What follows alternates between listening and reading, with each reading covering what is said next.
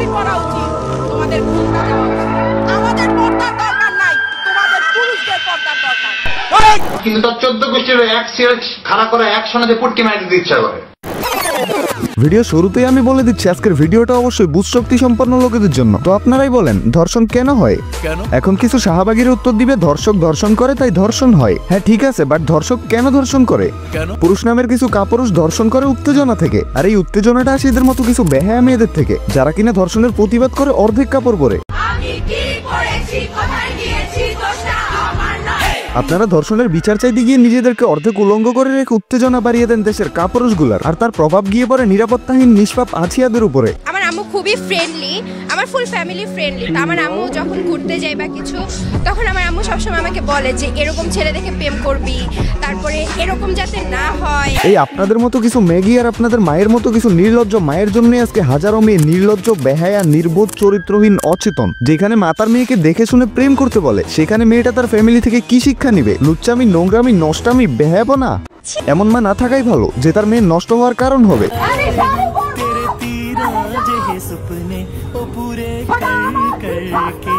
এসব নোংরা সিদ্ধান্ত তোমাদের মতো ম্যাগিরাই নিবে। কোনো ভালো মেয়ে ইসলামের বিরুদ্ধে গিয়ে এসব চিন্তাও করবে না। তোমরাই রাজপথে গিয়ে বিচার চাও ধর্ষণের, আবার তোমরাই ওয়েস্টার্ন পরে উত্তেজনা জাগাও ধর্ষকের। ফাক্ট, পোশাকের স্বাধীনতা আর নারীর অধিকার চেয়ে তোমরা হয়ে যাও ম্যাগি। দাদাদের সাথে গিয়ে করো রুম ডেট 5 দিন 10 দিন, এরপর যখন মনোমালিন্য হয় তখন এসে মামলা করো আমি ধর্ষণের শিকার। স্বেচ্ছায় সম্পর্কে যাওয়ার পরে, স্বেচ্ছায় শারীরিক সম্পর্কে যাওয়ার পরে পরবর্তীতে দেখা যায় যে ওই নারী বিয়ের প্রলোভনে ধর্ষণের মতো একটা হাস্যকর মামলা দেয়। এই ধরনের মামলাগুলোর কারণে যেই নারীদের যে ধর্ষণ ইস্যুটা, এটা আসলে অনেকাংশেই যে ভুয়া মামলা হতে পারে। রেসপেক্ট বোন তোমারে। দেখেন ভাই, ধনীরাও দুছে ধর্ষকরাও দুছে, বাট ধনীদেরটা হয় রুম ডেট আর ধর্ষকেরটা হয় ধর্ষণ।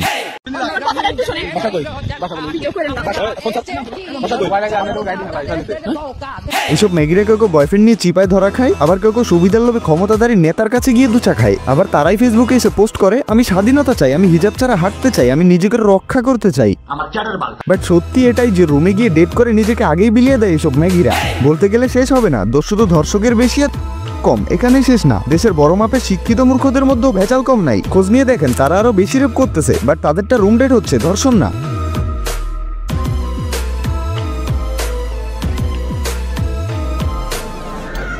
আমি মনে হয় ভুল দেখতেছি, আপনারাই দেখেন। হুজুর নাকি রাজনীতিবিদ, আপনারাই বলেন। পর্দাহীন মেয়ের সাথে বসে নিজের দলকে নিয়ে খাবার খাচ্ছে, যেখানে হুজুর মসজিদে শিক্ষা দেয় পর্দা করার জন্য, আর এখানে একজন পর্দাহীন মহিলার সাথে খাবার খাচ্ছে মহা আনন্দে। আমি আসলে বুঝি না এরা কি ইসলামের জন্য কাজ করতেছে নাকি সুবিধাভোগের জন্য রাজনীতি নামক ফালতু জিনিসের মধ্যে ডুবে আছে।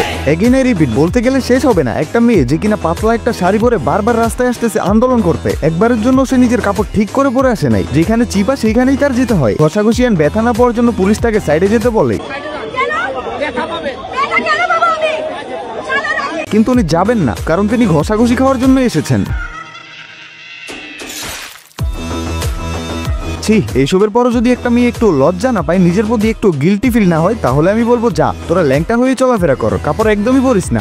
যে দেশে শিক্ষক তার প্রাপ্তবয়স্ক শিক্ষার্থীদের সাথে গায়ে গায়ে মিলে ডিজে গান দিয়ে ড্যান্স করে, সেখানে আপনি ধর্ষণের উত্তেজনা ঠেকাবেন কি করে? এখানে যাত্রাপালা করার জন্য এলাকার নেতারা ব্যবস্থা করে দেন, সেখানে হাজারো হায়নার মাঝে একটা মেয়ে আছে, সেখানে আপনি ধর্ষণের উত্তেজনা কিভাবে থামাবেন? যেখানে স্কুল কলেজের অনুষ্ঠানে নির্লজ্জের মতো শিক্ষকদের সামনে অশ্লীল গান দিয়ে অশ্লীল অঙ্গিভঙ্গিতে নাচানাচি করা হয়, সমাজের অনুষ্ঠানে বোরকা পরে নির্বোধের মতো অশ্লীল আচরণ করা হয়, আর আপনারা সেটা চেয়ে চেয়ে দেখেন, মজা নেন। তো বলেন ধর্ষণের উত্তেজনা কিভাবে থামাবেন?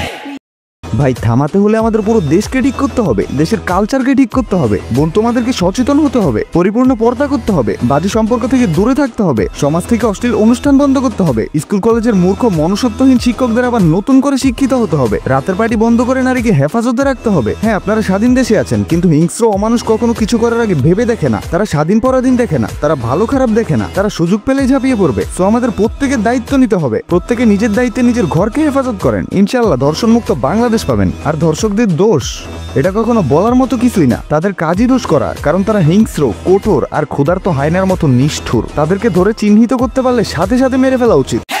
আজকের ভিডিও এখানেই থাক, তবে আমার একটা কথাও যদি আপনাদের কাছে রাইট মনে হয় তাহলে একটা লাইক দিয়ে চ্যানেলটা সাবস্ক্রাইব করে দিবেন। আর প্রতিবারের মতো অবশ্যই কমেন্টে বলে যাবেন আপনি কোন জেলা থেকে আমার ভিডিওটা দেখতেছেন, কারণ আমি জানতে চাই আমার ভালোবাসার ভাই ব্রাদার্স গুলো দেশের কোন কোন জায়গায় আছে। তো আজকের জন্য টাটা, ভেরি সুন আবারও ব্যাক করতেছি তোমাদের মাঝে নতুন কোনো ভিডিও নিয়ে। ততক্ষণ পর্যন্ত চিল থাকো তোমরা।